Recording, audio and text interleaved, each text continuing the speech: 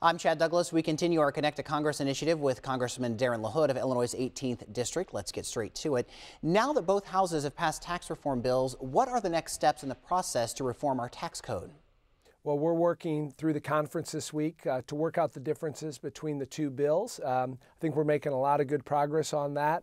I anticipate the Senate will vote first next Monday, and then once they pass the bill, it'll come to the House on Tuesday. And a couple of the final provisions we're trying to work out is when the tax cuts take effect. Our House bill says they should take effect January 1st of 2018. The Senate bill wants to delay that for a year. We think it's important to start immediately to get tax reform to middle-class Americans. That's a big issue. Keeping the deductions in there for property taxes, very important to Illinois. We have to keep that in there.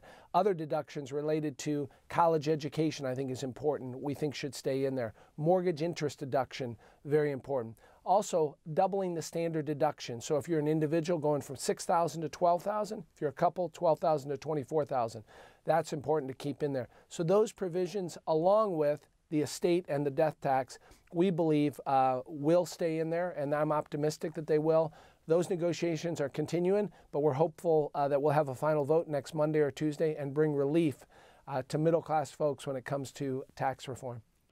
Today, Wednesday, the House will vote on a bill regarding Iran. What will that bill do? We're voting on an Iran bill today that really goes after the leadership in Iran. Iran continues to be one of the only countries in the world that is a state sponsor of terrorism, meaning the government itself has engaged in terrorism.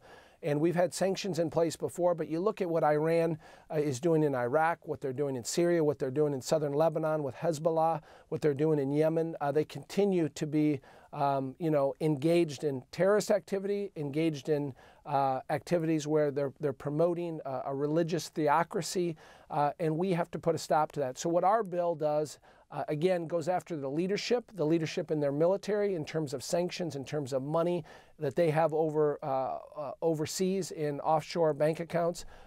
Again, ratcheting up the pressure when it comes to the mullahs and the people that run the government. We have to send a message that their type of terrorism and what they've engaged in around the world will not be tolerated. And that's what our bill does today, and I'm optimistic we'll pass that in a bipartisan way, get it to the Senate, and get it to the President for a signature. What are your feelings going into 2018 as a member of Congress? Well, I think going into 18, obviously it's a campaign year, but we have a lot of things that we still have to get done. We're going to get tax reform done before the end of this year, but going into next year, infrastructure is vitally important to our district in central and west central Illinois. We have to upgrade. Infrastructure will help upgrade our locks and dams on the Mississippi River, on the Illinois River. Very important. Our roads and bridges are vitally important. Infrastructure is the backbone of central and west central Illinois, so we have to work on an infrastructure bill. The President's talked about a $1 trillion infrastructure bill. That will be good for the country, getting people back to work, but also upgrading our infrastructure system. So I'm optimistic about that. Welfare reform, changing our welfare system. We haven't done that in 20 years, since 1997. We think now is the time to do that, to reform that. With the economy getting back on track, I think there's a lot more opportunities for people to work, but we have to incentivize that work, and so I think welfare reform will be important. Those are two big issues that we'll deal with, and I look forward to working on both of those. Finally, what are your thoughts on the Illinois governor's race? I think we're going to have a very competitive governor's race. I give Governor Bruce Rauner a lot of credit for taking on the Chicago machine. It hasn't been easy, but he's dealt with a legislature that's been dominated by Chicago, a Speaker of the House that comes from Chicago who's been there for way too long. I love Bruce Rauner and where he stands on term limits, on redistricting, on taking on the Chicago machine, and I'm hopeful that in this election year we can make sure that we keep a Republican there because I think it's important to have balance in the state. And I don't agree with Governor Rauner on everything, and there are issues, particularly on HB 40, that I don't agree with him on. But I like the fact that he stood up to the Chicago machine. Congressman LaHood, as always, we appreciate your time.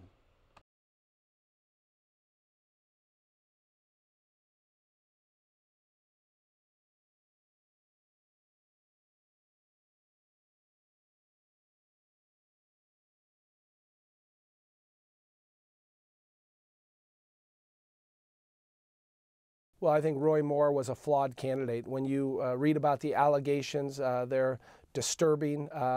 and I was disturbed by them. And obviously, in a democracy, you leave it up to the voters, but the voters spoke loud and clear last night that they did not want Roy Moore as their U.S. Senator, and we have to live with that. I'm a Republican, and I obviously would have preferred to have a different Republican than Roy Moore running, but that's part of our system. He was the one that was nominated through the process, but now we need to move on in this system, and hopefully those type of candidates that engage in those type of activities will decide not to run for office or not represent the Republican Party.